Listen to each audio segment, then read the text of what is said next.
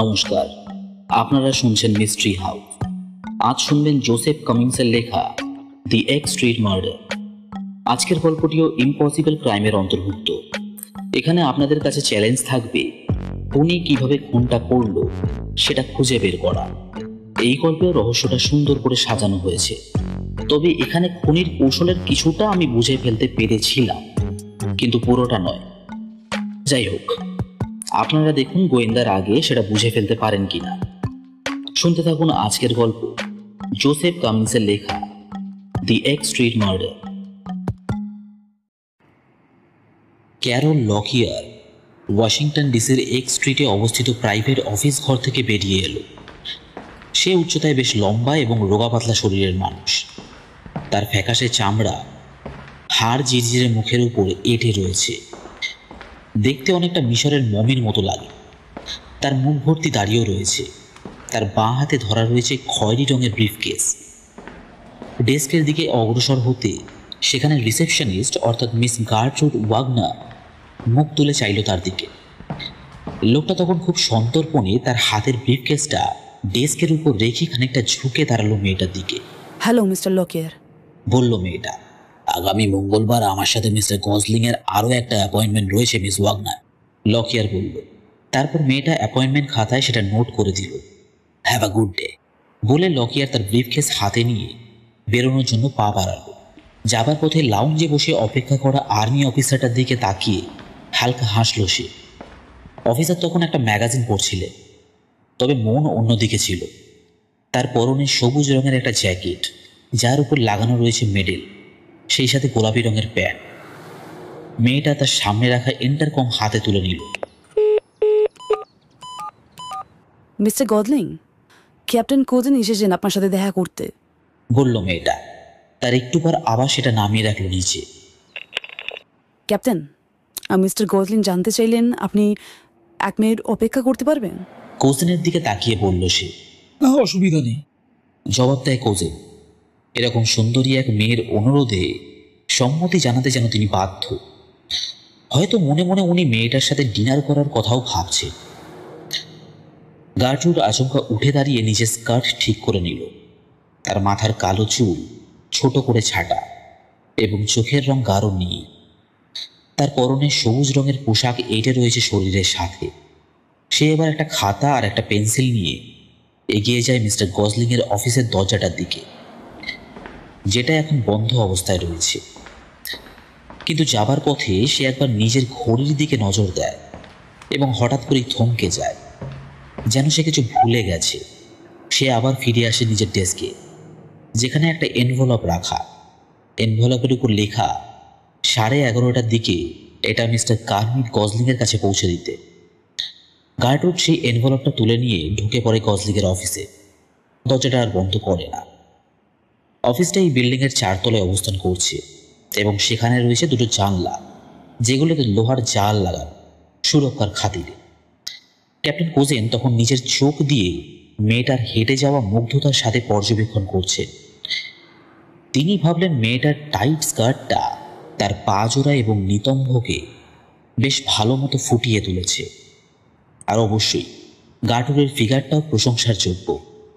ক্যাপ্টেনের পাশে বসে থাকা আরও একজন, যার নাম আলভিন ওডেল, তারও চোখ গার্ট্রুডের দিকে।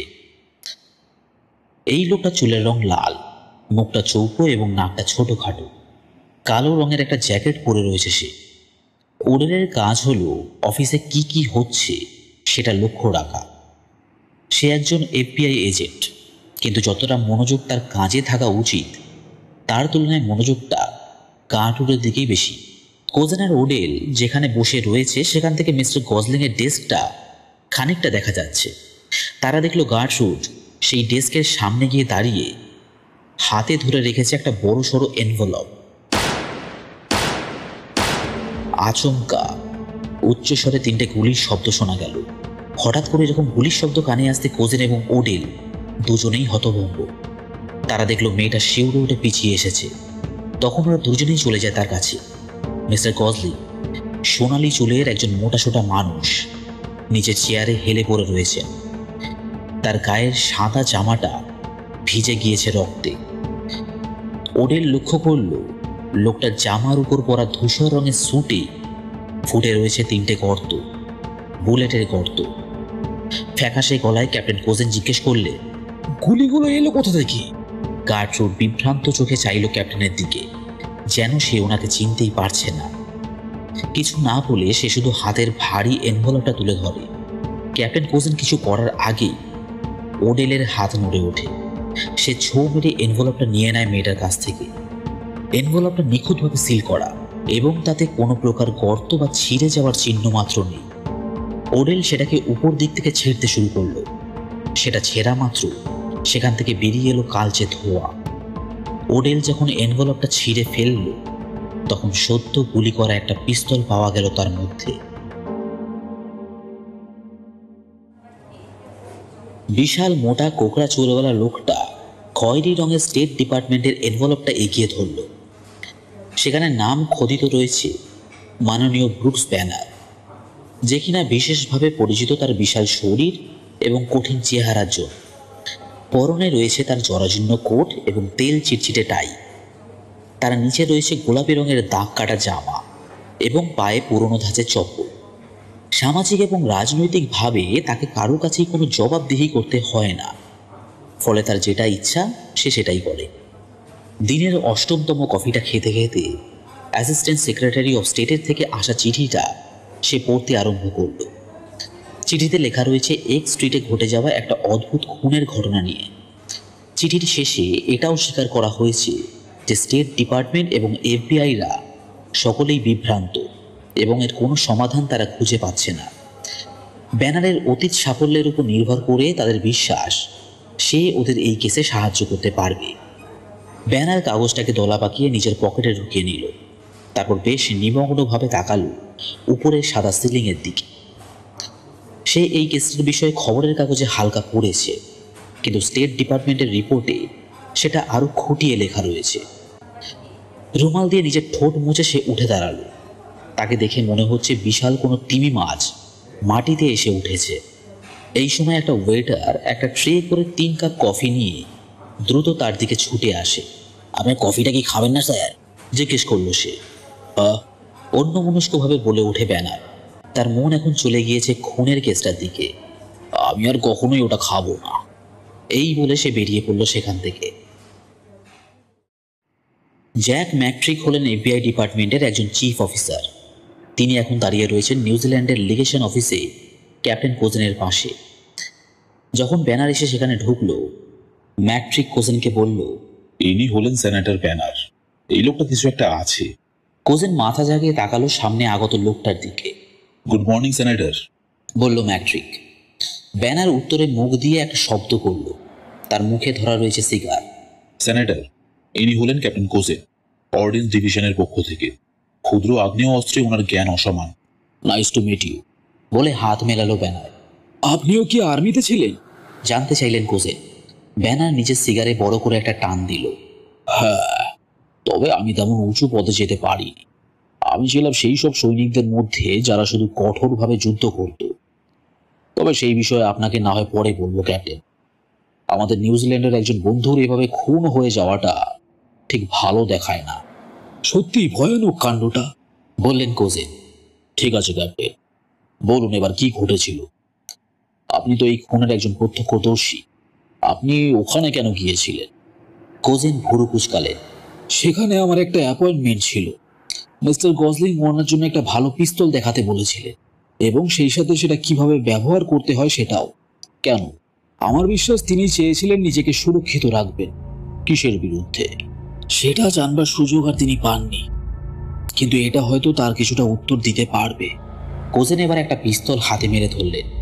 এই পিস্তলটা ব্যবহার করা হয়েছিল। এখানে কোনো আঙুলের ছাপ নেই। ব্যানার ভুরু কুচকে সেটা দেখল।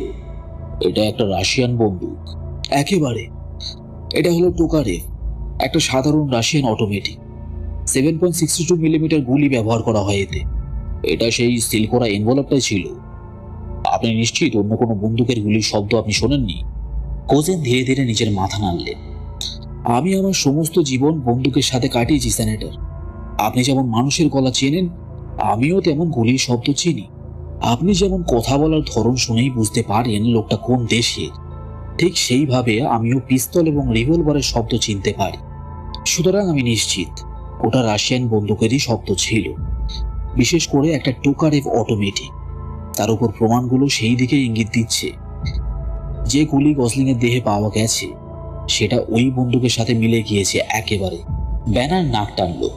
তাহলে পিস্তলটা এনভেলপে সিল করা ছিল, আর আপনি দেখেছিলেন গুলিটা যখন ছোড়া হয় তখন এনভেলপটা ধরেছিল সেক্রেটারিটা। হ্যাঁ তাই। আপনি এটাকে কিভাবে ব্যাখ্যা করবেন ক্যাপ্টেন? আপনার থিওরি কি বলছে? আমার কোনো থিওরি নেই, আমি কোনোভাবেই ব্যাখ্যা করতে পারবো না এটাকে। যদি এটা আমি নিজের চোখে না দেখতাম তাহলে হয়তো বিশ্বাসও করতাম না। এছাড়া আরো কিছু আছে নাকি? ব্যানার জানতে চাইল। না, এতটুকুই। ব্যানার অফিসটার চারপাশে চোখ বোলাতে শুরু করলো। যেখানে খুনটা হয়েছিল অফিসটা আধুনিক ধাঁচের, সবকিছু নিজের জায়গায় রাখা আছে। গসলিং জানতো তার প্রাণ সংশয় রয়েছে। ব্যানার এবার ম্যাকট্রিকের দিকে চাইল। আমি ওডেলের সাথে কথা বলতে চাই। এফবিআই এজেন্ট ওডেলের সাথে পরিচয় হতে ক্যাপ্টেন কোজেন প্রস্থান করলেন। ওডেল, আপনি কোজেনের বলা গুলি করার কাহিনীটা তো জানেন, বলতে শুরু করলো ব্যানার। সেখানে আর কিছু কি যোগ করতে চান আপনি? ওডেল মাথা নাড়ে। না, ক্যাপ্টেন যেমনটা বলেছেন ঘটনা ঠিক সেইভাবেই ঘটেছিল। তার মুখের গম্ভীর ভাব দেখেই বোঝা যায় সে মশকরা করছে না। আপনাকে এই অফিসে কেন নিযুক্ত করা হয়েছিল? জানতে চাইল ব্যানার। মিস্টার গসলিং এর অনুরোধে। তিনি অতিরিক্ত নিরাপত্তা চাইছিলেন। কতদিন হয়েছিল এখানে আপনার? এই মোটামুটি 1 সপ্তাহ মতো। ম্যাকট্রিক এবার বলে ওঠে, ওডেল এই কাজের জন্য আবেদন করেছিল। ব্যানার লাল চুলোওয়ালা ছেলেটার দিকে নিবিড় চোখে তাকালো। কেন? এখানেই কেন আসতে চেয়েছিলেন আপনি? ওডেল খানিক দ্বিধা বোধ করল। লজ্জিত দেখাচ্ছে তাকে। আসলে মিস ওয়াগনার, ওয়েল, তার সাথে দেখা হলে আপনি বুঝতে পারবেন। ব্যানার মুচকি হাসে। তার মনে পড়ে যায় নিজের যৌবনের কথা। বুঝলাম। তাহলে নিয়ে আসুন মেয়েটাকে, দেখা যাক আমি ওনাকে আপনার থেকে বেশি প্রভাবিত করতে পারি কিনা। ওডেল বেরিয়ে যায় এবং সঙ্গে করে নিয়ে আসে গার্টরুডকে। মেয়েটাকে ব্যানারের সামনে বেশ থতমত দেখায়। তাকে দেখে মনে হচ্ছিল তার যেন খুব শীত করছে। ওডেল মেয়েটার কোনোই ভদ্রতার সাথে ধরে রয়েছে। হ্যালো গার্টি। ব্যানার এমনভাবে মেয়েটাকে সম্বোধন করলো যেন অনেক কালের পরিচয় রয়েছে তার। এখানে বসু। লেদার কাউচের উপর বসলো মেয়েটা। আমাকে দেখে ভয় পাওয়ার কিছু নেই গার্টি, আমি তোমার গার্ডিয়ানের মতো, বুঝলে তো? সান্ত্বনা দেয় সে মেয়েটাকে। মেয়েটা মুখে হাসি ফোটায়। এবার তাহলে বল, তুমি তোমার পরিবারের সাথে থাকো, তাই তো? আগে না, তারা সকলে জার্মানিতে থাকে। জার্মানি? কোন অংশে? গ্রাম এলাকায়। ব্যানারের নীল দুটো চোখ নিষ্পলক দৃষ্টিতে তাকিয়ে রয়েছে মেয়েটার দিকে। সেটা তো পূর্ব জার্মানির মধ্যে পড়ে, তাই তো গার্ডি? হ্যাঁ। সেই বিষয়ে আমাকে বলো, কিভাবে সেখান থেকে তুমি এখানে এলে? বিষয়টা অতটাও জটিল নয়। গার্টরুডের জন্ম হয় ২য় বিশ্বযুদ্ধের পর। কমিউনিস্টদের দ্বারা শাসিত জমিতে তার বড় হয়ে ওঠা। সেখানে সকলেই স্কুলে রাশিয়ান ভাষা শিখত। সেখানে একজন প্রাক্তন প্রফেসরের কাছ থেকে সে ইংরেজি শেখে। কৃষি জীবন ছিল কঠিন। গার্টরুড তার বাবার কাজে সাহায্য করত, কিন্তু তাজা দুধ এবং শাকসবজি খেয়ে তার শরীর শক্ত হয়ে ওঠে। এমনকি সে মাঝে মধ্যে ভারী ভারী কাঠ নিজের পিঠে বহন করে নিয়ে যেত। ফলে তাকে সোজা হয়ে হাঁটতে হতো এবং সেই কারণেই তার বুকের পেশিও বেশ কঠিন হয়ে উঠেছে। হ্যাঁ ঠিক, বিড়বিড় করে ব্যানার। তারপর কিছু একটা নিয়ে চিন্তা করলো সে। ঠিক আছে, বলে যাও কিভাবে তুমি পূর্ব জার্মানি থেকে বেরিয়ে এলে। গার্টরুড জানায় ফসল বিক্রি করতে সে বহুবার ইস্ট বার্লিনে গিয়েছে এবং প্রতিবারই তার মনে হতো পশ্চিমের মানুষেরা কতটা স্বাধীন এবং ধনী। তাই একদিন সে আর নিজেকে সামলাতে পারল না। সোভিয়েত গার্ডদেরকে উপেক্ষা করে সে এসে পৌঁছায় সহানুভূতিশীল কিছু ওয়েস্ট বার্লিনের মানুষদের কাছে। সে আশা করছিল কোনো একজনকে সে নিশ্চয়ই খুঁজে পাবে যে তার পিতা এবং মা তাকে মুক্ত করতে পারবে, কিন্তু এখনো তেমন কাউকে সে খুঁজে পায়নি। তার রূপ এবং চটজলদি সব কাজ শিখে ফেলা তাকে আমেরিকায় আসতে সাহায্য করে। মিস্টার গজলিং এর সাহায্যে সে লিগেশন অফিসে কাজটা পায়। আচ্ছা, গলা পরিষ্কার করে বলল ব্যানার। এখন কার সাথে থাকো তুমি? কেউ না, আমার ছোট একটা অ্যাপার্টমেন্ট রয়েছে নিজের জন্যে। ব্যানার নিজের হাতে ধরে রাখা সিগারেটটার দিকে তাকালো। এবার এই এনভেলপটা যেটার মধ্যে বন্দুকটা পাওয়া গিয়েছে, এটা তোমার কাছে কখন এসেছিল? সকাল 9টার দিকে স্যার। কে এসেছিল দিতে? তৎকালীন পত্রবাহু পরিষেবা থেকে একটা লোক এসেছিল। তাকে আবার দেখলে তুমি চিনতে পারবে? হ্যাঁ, মনে হয় তো চিনতে পারবো। তোমার বস মিস্টার গজলিং কি 11টার দিকে ব্যস্ত ছিলে? হ্যাঁ, তখন মিস্টার লকিয়ার ওনার সাথে অফিসে ছিলেন। ক্যাপ্টেন কোজেন কখন আসেন ওখানে? 11টা 15-র দিকে। এনভেলপটা তোমার ডেস্কে আসার পর সেটা কি কেউ ছুঁয়েছিল? না স্যার, কেউ না। লকিয়ার কখন অফিস ঘর থেকে বের হয়? প্রায় 11:30টার দিকে। অফিস ঘর থেকে বেরিয়ে আসার পর কি সে তৎক্ষণাৎ বেরিয়ে যায়? হ্যাঁ, তিনি শুধু পরের মঙ্গলবার অ্যাপয়েন্টমেন্ট করার জন্য একবার দাঁড়ান। আমি সেটা নোটবুকে লিখে ফেলি। তারপর তুমি কি করলে? আমি মিস্টার গজলিংয়ের সাথে ইন্টারফোনে কথা বলি। আমি তাকে জানাই যে মিস্টার কোজেন অপেক্ষা করছেন তার জন্যে। তিনি আমায় জানান যে ওনাকে 1 মিনিট দাঁড়ানোর জন্য বলতে, এবং আমাকে একটা নোটবুক নিয়ে ভিতরে আসতে বলেন। আমি ভিতরে যাচ্ছিলাম, তখন আমার মনে পড়ে এনভেলপটার কথা। সেখানে লেখা ছিল মিস্টার গজলিংয়ের কাছে 11:30টার দিকে পৌঁছে দিতে। আমি নিজের ডেস্কে সেটা আনতে চাই। তখন নিশ্চয়ই ঘড়িতে 11:30টা বেজেছিল, ঠিক কিনা? যখন তুমি অফিস ঘরে প্রবেশ করো তখন মিস্টার গজলিং কি করছিলেন? তিনি নিজের ডেস্কে বসেছিলেন। তিনি কি ঠিক ছিলেন? হ্যাঁ স্যার। তিনি কি তোমায় কিছু বলেছিলেন তখন? মেয়েটা খানিক দ্বিধা করল। না, তিনি কিছু বলেননি, শুধু আমার দিকে তাকিয়ে হাসলেন। আমি ওনাকে এনভেলপটা দেখাল। সেই নিয়ে আমি তাকে কিছু বলতে যাচ্ছিলাম, আর তখনই গুলিটা চলে। আর তুমি গজলিংকে সেই সময় গুলিবদ্ধ হতে দেখেছো? সে করুণভাবে মাথা নাড়ে। তখন ক্যাপ্টেন কোজেন এবং মিস্টার উডেল এসে প্রবেশ করেন সেখানে। তাহলে এতটাই তো? তীক্ষ্ণভাবে জিজ্ঞেস করে ব্যানা। মেয়েটা মাথা নেড়ে সায় জানায়। ম্যাকট্রিক অস্থিরভাবে দেওয়ালের দিকে ঘেঁষে দাঁড়ায়। এবার আপনি তাহলে বুঝতে পারছেন কেন সকলে ভেবাচায়া খেয়ে রয়েছে? বলল সে। ব্যানার তখন নিজের সিগারেটটার দিকেই তাকিয়ে। সেটা এতক্ষণে নিভে গিয়েছে, কিন্তু সেই নিয়ে ব্যানার তখন চিন্তাও করছে না। সে বলল, এবার আমি বলছি আমি কি মনে করি। ম্যাট্রিক তার দিকে আশা নিয়ে তাকালো। কি সেটা? এরকম কিছু ঘটতেই পারে না, এটা একেবারে অসম্ভব।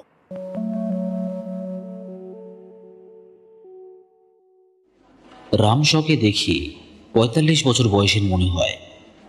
তৎকালীন পত্রবাহু পরিষেবার অফিসের বেঞ্চিতে যখন সে বসে, তখন তার 2 ঠোঁটের মাঝে আলতো করে ঝুলছে একটা সিগারেট। তার পরনে রয়েছে হালকা নীল রঙের ইউনিফর্ম এবং লেদারের প্যান্ট। ব্যানার তার উপর ঝুঁকে দাঁড়িয়ে রয়েছে। গতকাল লিগেশন অফিসে যে এনভেলপটা তুমি দিয়ে এসেছিলে তার কথা মনে আছে? সেটা মনে রাখা খুবই সহজ স্যার। সেরম কিছু আমি কখনোই ডেলিভার করিনি এর আগে। একটা 10 বছরের ছেলে সকাল 10টার দিকে আমাদের অফিসে আসে। সে জানায় কেউ একজন তাকে এটা দিয়েছে ডেলিভার করার জন্য। যেহেতু ছেলেটার কাছে দেওয়ার জন্য অনেক টাকা ছিল, তাই আমরা আর বেশি প্রশ্ন করিনি। সে কি এটা বলেছিল সেই মানুষটা পুরুষ নাকি মহিলা ছিল? না সেটা এখানে থাকাকালীন ওটা কেউ ছুঁয়েছিল কি? না, আমাকে ওটা দায়িত্ব দেওয়া হয়েছিল স্যার। সকাল 11টায় সেটা লিগেশন অফিসে ডেলিভার করা পর্যন্ত ওটা আমি আমার সামনেই রেখেছিলাম। ওখানে লেখা ছিল সেটা মিস্টার কার্মিট গজলিংয়ের কাছে ঠিক সকাল 11:30টার দিকে পৌঁছে দিতে। তাই আমি আগে ভাগেই ওটা দিয়ে আসি ওখানে। তুমি কি জানো ওর মধ্যে একটা বন্দুক ছিল? রামশা চমকে উঠে। আহ, আমারও মনে হয়েছিল। ওটা ধরার সময় তেমনটাই অনুভব হচ্ছিল আমার। লিগেশন অফিসে যাওয়ার পথে কি তোমায় কেউ বাধা দিয়েছিল? মানে কারোর সাথে দেখা হয়েছিল কি? না, পুরো রাস্তা কোনো বাধা করেনি স্যার। ব্যানার নিজের পকেট ঘড়ির দিকে নজর দিল, তারপর বিড়বিড় করে বলল, লাঞ্চের আগে লকিয়ারের সাথে দেখা করার সময় রয়েছে আমার কাছে। সে বেরিয়ে গেল সেখান থেকে। পিটসেলভেনিয়া এভিনিউয়ে নিজের অফিসে বসেছিল লকিয়ার। ব্যানার তার কাছে আসতে নিজের দাড়িতে হাত বোলায় লোকটা। জীবনে এরকম অদ্ভুত বিষয় আমি প্রথম শুনলাম, বলল লকিয়ার। কিন্তু এতে আমি কতটা সাহায্য করতে পারবো জানি না। আমি আসার সময় গজলিং তখনও জীবিত ছিল। অফিসে থাকাকালীন আপনি ভয়ানক কিছু লক্ষ্য করেছিলেন? ব্যানার জানতে চাইল। বিপজ্জনক কিছুই তো চোখে পড়েনি আমার। আপনার আর গজলিং এর মধ্যে কি নিয়ে কথা হয়েছিল বলতে পারবেন? হ্যাঁ, নিশ্চয়ই পারবো, কোনো অসুবিধা নেই। আমার আমদানি রপ্তানির ব্যবসা রয়েছে। আমি গজলিং এর কাছে গিয়েছিলাম নিউজিল্যান্ড থেকে আদান প্রদান করার বিষয়ে কথা বলতে। সরকার এইসব বিষয়ে আজকাল বেশ কড়াকড়ি করে দিয়েছে। এতটুকুই ছিল। হ্যাঁ স্যার, এতটুকু। খানিক পরে ব্যানার বেরিয়ে পড়ে আইডেল আওয়ার ক্লাবের উদ্দেশ্যে। যখন সে সেই হইচই মাখা পরিবেশে নিজের টেবিলের উদ্দেশ্যে এগোচ্ছিল, তখন তার সাথে দেখা হয় ম্যাট্রিকের। সে তার জন্যই অপেক্ষা করছিল। এই কেসে একটা বিষয় পরিষ্কার, হঠাৎ বলে ওঠে ম্যাট্রিক। আর সেই কারণেই গজলিং এর মৃত্যু ঘটেছে। ওয়েটারের কাছে হুইস্কির অর্ডার দিল ব্যানার। জিজ্ঞেস করলো, তুমি কারণটা জানো? ম্যাট্রিক ফিসফিসে কণ্ঠে বলল, গজলিং একজন গুপ্তচরের বিষয়ে তথ্য জোগাড় করছিল। সেই গুপ্তচর সমস্ত গোপনীয় তথ্য পাচার করছিল রাশিয়ানদের কাছে। সে সঠিকভাবে জানতো না গুপ্তচরটা কে, কিন্তু সে তার খুব কাছাকাছি পৌঁছে গিয়েছিল। তবে দুর্ভাগ্যবশত গুপ্তচরটা আগে পৌঁছে যায় তার কাছে। রাশিয়ান পিস্তলটা তার প্রমাণ দিচ্ছে। ওয়েটার হুইস্কি আনতে ম্যাট্রিক থামল। সিগার জ্বালাতে জ্বালাতে বলল ব্যানার। ম্যাট্রিক আবার বলতে আরম্ভ করলো, আমি গার্ডশুড ওয়াগনারকে নিয়ে ভাবছিলাম। সে মেনে নিয়েছে সে পূর্ব জার্মানি থেকে এখানে এসেছে। হয়তো কমিউনিস্টদের প্রতি তার এখনো সহানুভূতি রয়েছে। সে শুধু মুখে বলেছে যে তাদের সাথে বন্ধন ছিন্ন করেছে। তার চেয়ে বড় কথা, যখন গুলি চলে তখন মেয়েটা কিন্তু ঘরের মধ্যেই ছিল। গজলিং এর সাথে তখন সে ছাড়া আর কেউ ছিল না। তার বন্দুকটাও তার হাতেই ছিল। তাহলে সিল করা এনভেলপটার রহস্যটাও নিশ্চয়ই তুমি ব্যাখ্যা করতে পারবে। ম্যাট্রিক কোনো জবাব না দেওয়ায় ব্যানার দীর্ঘশ্বাস ছাড়ে। মেয়েটা কিভাবে এনভেলপে কোনো গর্ত না করে গুলি ছুড়ল? ম্যাট্রিকও দীর্ঘশ্বাস ছাড়ে। তদন্ত করা আমাদের জন্য কঠিন হয়ে যায় যখন খুনি খুন করার জন্য ব্যবহার করা বন্দুকটা এনভেলপে পুড়ে পাঠিয়ে দেয়। বিকেলবেলা পোটোম্যাক নদীর পাশ দিয়ে বইতে থাকা হাওয়া বেশ ঠান্ডা অনুভূতি দেয়। গার্টরুড ওয়াগনার পার্কের রাস্তা ধরে হাঁটার পথে আচমকা থমকে দাঁড়িয়ে পড়ে। ঘিয়ে রঙের কোট চড়ানো যে লোকটা তাকে ফলো করছে, সাথে সাথে সে রাস্তার কোণে লুকিয়ে যায়। যখন লোকটা দেখলো মেয়েটা তার দিকেই তাকিয়ে রয়েছে, তখন সে একটু দোনোমনো করার পর শেষে এগিয়ে চলল মেয়েটার দিকে। লোকটার মাথায় পড়া টুপির নিচে তার লালচে চুল স্পষ্ট দেখা যাচ্ছে। লোকটাকে চেনা চেনা মনে হলো। ওডেল তার কাছে পৌঁছানো অবধি মেয়েটা নিজের জায়গাতেই দাঁড়িয়ে রইল। হালকা কেশে ওডেল বলল, হ্যালো গার্ডি, আমি তোমার সাথে হাঁটতে পারি? মেয়েটা যেন ভয় পেয়ে পিছিয়ে গেল, যেন ওডেল তাকে আঘাত করতে চলেছে। মুখটা ফ্যাকাশে দেখাচ্ছে তার। আপনি আমাকে ফলো করছেন?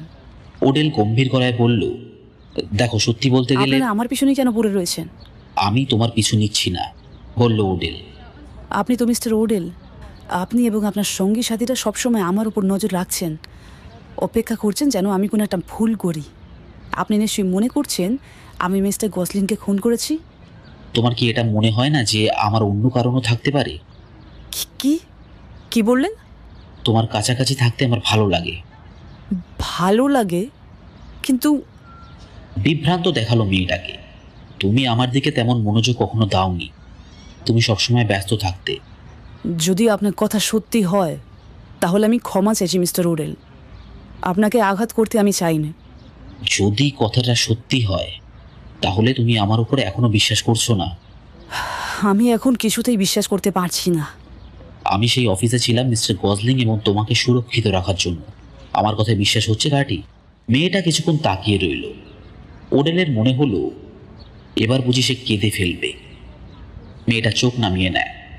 হ্যাঁ মিস্টার ওডেল, আমি আপনাকে বিশ্বাস করছি। বেশ, তাহলে আশা করছি আজ রাতে তুমি খুব একটা ব্যস্ত নও, কারণ আমি চাইছিলাম। ক্ষমা করবেন, আজ হবে না। আজ আমার একটা অ্যাপয়েন্টমেন্ট আছে, পরে কোনো সময় দেখা করতে পারি আমরা? হ্যাঁ নিশ্চয়ই, তাহলে কাল দেখা হচ্ছে। হাসলো সে। ঠিক আছে, কালকে আসি এবার। বলে সে নিজের ডান হাতটা কোটের পকেটে ঢুকিয়ে আবার বের করে আনলো। তারপর হাত মেলালো। ওডেল নিজের হাতে কিছু একটা অনুভব করলো, যেন একটা কাগজের টুকরো। মেয়েটা তার হাত ছেড়ে দিল, কিন্তু কাগজটা রয়ে গেল ওডেলের হাতে।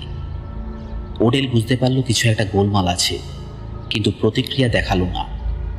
মেয়েটা চলে যেতেই সে কাগজটা নিজের পকেটে পুরে নিল। মেয়েটা তার দৃষ্টির বাইরে যেতে সে উল্টো পথে হাঁটতে থাকলো। তার মনে তখন কৌতূহল, মেয়েটা কি বলতে চাইছে। কাছাকাছি একটা ফোন বুথে ঢুকে কাগজটা খুলল সে। তার কপালে ফুটে উঠল ভাঁজ। কাগজটা পুরো খালি, শুধুমাত্র মাঝখানে পেন্সিল দিয়ে দুটো বৃত্ত আঁকা। একটা বড় বৃত্তের মধ্যে একটা ছোট বৃত্ত।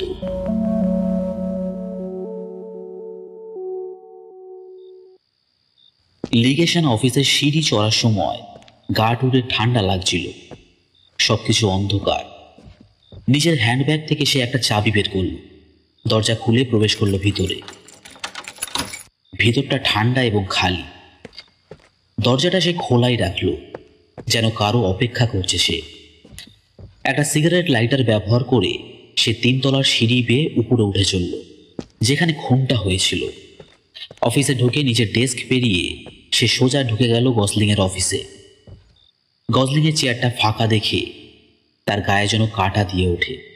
নিউজ পেপারে একটা কথা মনে পড়ে যায় তার। একজন নাম না জানা ভূত এসে আঘাত করেছে লিগেশন অফিসে। সময়ের বিষয়ে সে সচেতন রয়েছে। এমন সময় আচমকা তার কানে এলো অফিসের দরজাটার শব্দ। আলতো করে বন্ধ হয়ে গেছে সেটা। তার লাইটারের আগুন এখন নিভে গিয়েছে এবং দরজার কাছে একটা ছায়া মূর্তি এসে দাঁড়িয়েছে। এটা কি তুমি? একটা তীক্ষ্ণ আলো এসে ধাক্কা মারল মেয়েটার চোখে। হ্যাঁ। জবাব দিল মেয়েটা, গুড। একটা হাসির শব্দ ধ্বনিত হলো ঘর জুড়ে। আর ঠিক তারপরই কোনো সংকেত ছাড়া মেয়েটা তীক্ষ্ণ ব্যথা অনুভব করল। গুলিটা তার বুক চিরে বেরিয়ে গিয়েছে। সাথে সাথে সে পড়ে গেল মাটিতে। ম্যাট্রিক বলল, এক্স স্ট্রিটের অফিসারটি দেখে যে লিগেশন অফিসের দরজাটা খোলা, তাই সে ঠিক করে যাচাই করে দেখবে। তখন সে মেঝেতে গার্ডরুটকে খুঁজে পায়। ব্যানার হতাশ চোখে দেহটার দিকে তাকায়। খুবই দুঃখজনক এই বিষয়টা, বিড়বিড় করে সে। ওডেল যে কিনা ডেস্কের কাছে বসে, সে বলল, এবারেরটা আর আগের বারের মতো রহস্যজনক নয়। আমি গার্ডরুটের সাথে সকালের দিকে কথা বলেছিলাম। সে বলেছিল কারোর সাথে তার দেখা করার কথা আছে। যে তাকে এখান অব্দি ফলো করেছিল সেই তাকে খুন করে। যদি আমি জানতাম তাহলে ওকে একা ছাড়তাম না। ব্যানার বলল, এতে তোমার কোনো দোষ নেই। তারপর জিজ্ঞেস করল, আচ্ছা, এবার কি ধরনের বন্দুক ব্যবহার করা হয়েছে? ম্যাট্রিক জবাব দিল, মেডিকেল এক্সামিনারদের মতে এটা ছিল .38। আমেরিকার বন্দুক। খুনি তাহলে এই দেশীয়। ওডেল যোগ করল, আর একটা কথা বলার আছে স্যার, হয়তো সেটা কাজে আসতে পারে আপনার। আজ পার্কে গার্ডরুট আমার হাতে এটা দিয়ে গেছে। কাগজটা সে ব্যানারকে দিল। এটার মানে কি? ব্যানার জানতে চাইল। সার্কেলের ভিতর সার্কেল, চাকার ভিতর চাকা। আপনিই বলুন স্যার। ব্যানার কাগজটা পরীক্ষা করে ভালো মতো। সেটার মানে বের করার চেষ্টা করে সে। তারপর কিছু না বলে সেটা ঢুকিয়ে নেয় পকেটে। সেদিন সারা রাত তারা সূত্রের খোঁজ করে যায়, কিন্তু কিছুই খুঁজে পায় না। পরদিন সকালে ম্যাট্রিকের ফোন বেজে ওঠে। ওপাশে ব্যানার। তুমি কি ঘুমাও না নাকি? ম্যাট্রিক বলে, খুবই কম ম্যাক, কিন্তু সেসবের এখন সময় নয়। লিগেশন অফিসে চলে এসো এবং তোমার সাথে আর্ম এক্সপার্টটাকেও নিয়ে এসো। কে? ক্যাপ্টেন কোজেন? হ্যাঁ হ্যাঁ, সবকিছুর মানে আমি বুঝে ফেলেছি। কি করে বুঝলে? সেই বৃত্তগুলো দেখে। প্রহেলিকা না করে আসল কথাটা বলো ব্যানার। লিগেশন অফিসে তাড়াতাড়ি চলে এসো। লাইন কেটে দিল ব্যানার। ম্যাট্রিক আর কোজেন আসতে দেখে ব্যানার বসে রয়েছে লেদারের চেয়ারে। তার চুল এলোমেলো হয়ে রয়েছে। বন্ধুরা, বলতে শুরু করে সে, খুব বেশি সময় লাগবে না। প্রথমে আপনাদের নিশ্চিত করতে হবে যে ওই অফিসে কোথাও কোনো টোকারে পিস্তল লুকানো নেই। অবশ্যই না। ম্যাট্রিক জবাব দেয়, কিছুটা বিরক্ত যেন সে। সেখানে এমন কিছুই লুকানো নেই যে ব্যাপারে আমরা জানি না। আচ্ছা, আর আপনারা চাইলে আমাকেও সার্চ করে দেখতে পারেন। আমার কাছেও কোনো পিস্তল নেই। তোমার কথার উপরেই আমরা বিশ্বাস করছি। তাহলে আমরা একই পথেই আছি। উঠে দাঁড়ায় সে। আপনারা দুজন লাউঞ্জে বসুন, ঠিক যেমনটা সেদিন ওডেল আর ক্যাপ্টেন কোজেন ছিলেন। ইশারা করল সে। আমি ভিতরে যাচ্ছি। ব্যানার ঢুকে পড়ল অফিসে। দরজাটা খোলাই রইল যাতে করে অন্যরা দেখতে পায়। 5 মিনিট পর সে ফিরে আসলো, এসে দাঁড়ালো দরজার কাছে, তার 2 হাত নিজের পকেটে। আমার কাছে কিছুই নেই বন্ধুরা। কিন্তু তখনই 3টে জোরালো গুলির শব্দ কানে আসতেই ম্যাট্রিক এবং কোজেন দুজনেই ভ্যাবাচেকা খেয়ে উঠে দাঁড়ায়। ব্যানার একেবারে শান্ত, তার হাত তখনও তার পকেটে। আর এই ছিল কৌশল, বলল সে। ম্যাট্রিক ব্যানারকে পেরিয়ে ঢুকে পড়ল অফিস ঘরটায়। কে করলো গুলিটা? নিঃসন্দেহে এটা টোকারেভ অটোমেটিকের শব্দ ছিল, বলল কোজেন। কিন্তু এখানে তো তুমি ছাড়া আর কেউ নেই। ম্যাট্রিক তখন পাগলের মতো ঘরটা খুঁজে চলেছে। তাতে কিছু যায় আসে না। আচ্ছা, এবার বেরোনো যাক। এখন অনেক দরকারি কাজ বাকি আছে, যেমন খোঁজ করা আর পাকড়াও করা। সেই সাথে বিভ্রান্ত করাও ব্যানার। হালকা ঠাট্টা করলো ম্যাট্রিক। তাহলে খুনিকে অ্যারেস্ট করা যাক। তদন্ত তেমন একটা ভালো যাচ্ছিল না যতক্ষণ না ব্যানার জানালো যে প্রমাণ তারা খুঁজছে সেটা লুকিয়ে রয়েছে একটা মাইক্রোফিল্মের মধ্যে। যখন ওরা সেই মাইক্রোফিল্মটাও খুঁজে পাচ্ছিল না, তখন তারা ঠিক করে ইলেকট্রিক লাইট সকেটগুলোর মধ্যে খুঁজে দেখবে, আর সেখানেই তারা সেটা খুঁজে পায়। আর এই প্রমাণটাই দরকার ছিল যাতে করে তারা সেই গুপ্তচর বা খুনিকে অ্যারেস্ট করতে পারে। ক্যারল লকিয়ার, যে লোকটা আমদানি রপ্তানির কাজ করত, তাকে যখন গিয়ে আটক করা হয় তখন সে থতমত খেয়ে যায়। ম্যাট্রিক এবং দি অ্যাসিস্ট্যান্ট সেক্রেটারি অফ স্টেটও সেখানে উপস্থিত ছিলেন, সব কিছু দেখছিল। ব্যানার তখন সেখানে সিগারেট টানছিল, যেন বড়সড় একটা ভাষণ দিতে যাবে সে। তবে সাংবাদিকরা তখনও আসেনি সেখানে, তাদের বাইরে অপেক্ষায় রাখা হয়েছে। দি অ্যাসিস্ট্যান্ট সেক্রেটারি অফ স্টেট নিজের গাল চুলকালে। সিল করা এনভেলপের রহস্য। হ্যাঁ, হাসলো ব্যানার। সবকিছু সহজ হয়ে যায় যখন আপনি বুঝতে পারেন আসল কারসাজিটা কি। আমি শুরু থেকেই বলছিলাম, এরকম কিছু একজনের দ্বারা করাটা একেবারে অসম্ভব। লকিয়ার হলো খুনি এবং গুপ্তচর, কিন্তু সে বেচারা গার্ডটিকে তার সাহায্য করতে বাধ্য করে। বুঝলেন তো, সে কমিউনিস্টদের হয়ে কাজ করত। গার্ডটি আমাদের বলেছিল তার বাবা মা পূর্ব জার্মানিতে আটকে রয়েছে। লকিয়ার নিশ্চয়ই ওকে কথা দেয় তার সাহায্য করবে, যদি সে তার কথা মতো কাজ করে তবে। আর যদি সে রিফিউজ করে, তাহলে লকিয়ার ওর পরিবারকে আঘাত করবে বলে জানায়। একটু বিরতি নেয় ব্যানার। গজলিং নিশ্চয়ই লকিয়ারের পরিকল্পনা বুঝে ফেলেছিল, আর খুনটা করার কিছুদিন আগে লকিয়ার একটা টেপ রেকর্ডার ব্যবহার করে। সে নিজের টেপটা 3 মিনিটের জন্য চলতে দেয়, আর তারপর পরপর 3টে গুলি করে। এবার তার কাছে রয়েছে 3 মিনিটের নিস্তব্ধতার পর 3টে গুলির শব্দ। সে সেটা গার্ডিকে দিয়ে দেয়, যাতে করে মেয়েটা সেটা গজলিং এর অফিসে কোথাও রেখে দেবে, এমন জায়গায় যেখানে লকিয়ার পরে সেটা খুঁজেও পেয়ে যায়। যখন সে সেদিন গজলিং এর অফিসে খুন করতে যায়, নিজের সাথে করে সে একটা টোকারে পিস্তল সাইলেন্সার লাগিয়ে ঢুকিয়ে নেয় নিজের ব্রিফকেসে। সেই সাথে ব্রিফকেসের মধ্যে ছিল একটা বড় এনভেলপ, ঠিক যেমনটা আমরা গার্টির ডেস্কেও দেখেছিলাম। তাই যদি সেই এনভেলপটা আগে খুলে ফেলা হতো, তাহলে মনে হতো কেউ মশকরা করছে। সব কিছু সময়ের হিসাব রেখে করা হয়েছিল। লকিয়ার গজলিং এর সাথে 11:30টার কাছাকাছি সময় অবধি কথা বলে ব্যবসার বিষয়। তারপর ঝট করে বন্দুক বের করে চালিয়ে দেয় 3টে গুলি। কোনো চিৎকার করার সময়ও দেয় না তাকে। যেহেতু দরজাটা বন্ধ ছিল, তাই বাইরে কারো কানে সেই শব্দ যায় না। এবার সে বের করে আনে এনভেলপটা, ধোয়া বেরোতে থাকা পিস্তলটা ঢুকিয়ে দেয় তার মধ্যে, এবং সাথে সাথে সিল করে দেয় সেটাকে। এরপর সে রেকর্ড করার রিলটা সেট করে দেয় জায়গার মতো, ঠিক গজলিং এর ডেস্কের কাছে। তারপর সে এনভেলপ আর ব্রিফকেসটা নিয়ে নেয় হাতে। সেই সময় তখন তার ঘড়িতে বাজে 11:27। 3 মিনিটের নিস্তব্ধতা, মনে আছে তো? তারপর গুলির শব্দ। সে ব্রিফকেসটা দিয়ে এনভেলপটা আড়াল করে বেরিয়ে আসে লাউঞ্জে, এসে দাঁড়ায় গার্টির ডেস্কের সামনে। সেখানে রাখা ছিল আরেকটা এনভেলপ, যার মধ্যে ছিল একটা খেলনা বন্দুক। সে তখন ছট করে সবার চোখের আড়ালে 2টো এনভেলপ পাল্টে দেয়। তারপর গার্টির সাথে পরের একটা অ্যাপয়েন্টমেন্টের কথা বলে ব্রিফকেস নিয়ে বেরিয়ে যায় সেখান থেকে। আর খুনের জন্য ব্যবহার করা আসল অস্ত্রটা রেখে যায় সেখানেই, কেউ দেখতে পায় না সেটা। আর সেই সাথে টেপ রেকর্ডারটার বিষয়েও কেউ জানতো না। সুতরাং এখন যে বন্দুক দিয়ে খুন করা হয়েছে সেটা ছিল গার্টির ডেস্কে, যেটা একটু বাদেই সে ভিতরে নিয়ে যাবে। সে সেটা করতে বাধ্য ছিল। সে জানতো এতক্ষণে গজলিং মারা গিয়েছে, তাকে এখন তার ভূমিকা পালন করতে হবে। সে তখন ইন্টারকমে গজলিং এর সাথে কথা বলার ভান করল, যাতে করে মনে হয় এখনো সে বেঁচে রয়েছে। তারপর সে অফিসে ঢুকতে গেল, কিন্তু যাবার পথে ঘড়ি দেখলো একবার। সে জানতো 3 মিনিট হতে আর বেশি সময় নেই, তাই এনভেলপটা নিয়ে ঢুকে পড়ল ভিতরে। থামলো ব্যানার, তাকালো চারদিকে। 3টে গুলির শব্দ আসলে টেপ রেকর্ডারে রেকর্ড করা শব্দ থেকে এসেছিল।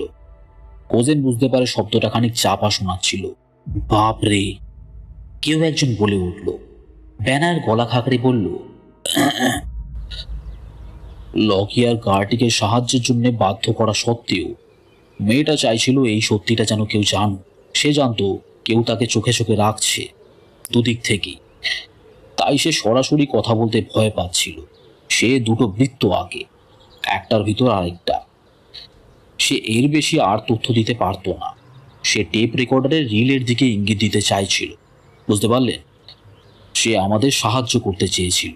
যদি সে পুরোপুরি খুনির কথা মেনে চলত, তাহলে আমি কখনোই ওই অফিসে টেপ রেকর্ডারটা খুঁজে পেতাম না। সে হয়তো ওটা নষ্ট করে ফেলত। গত রাতে খুনি ওকে খুন করে সতর্কতার খাতিরে। সে ভেবেছিল টেপের মধ্যেকার সবকিছু ধ্বংস করে ফেলা হয়েছে।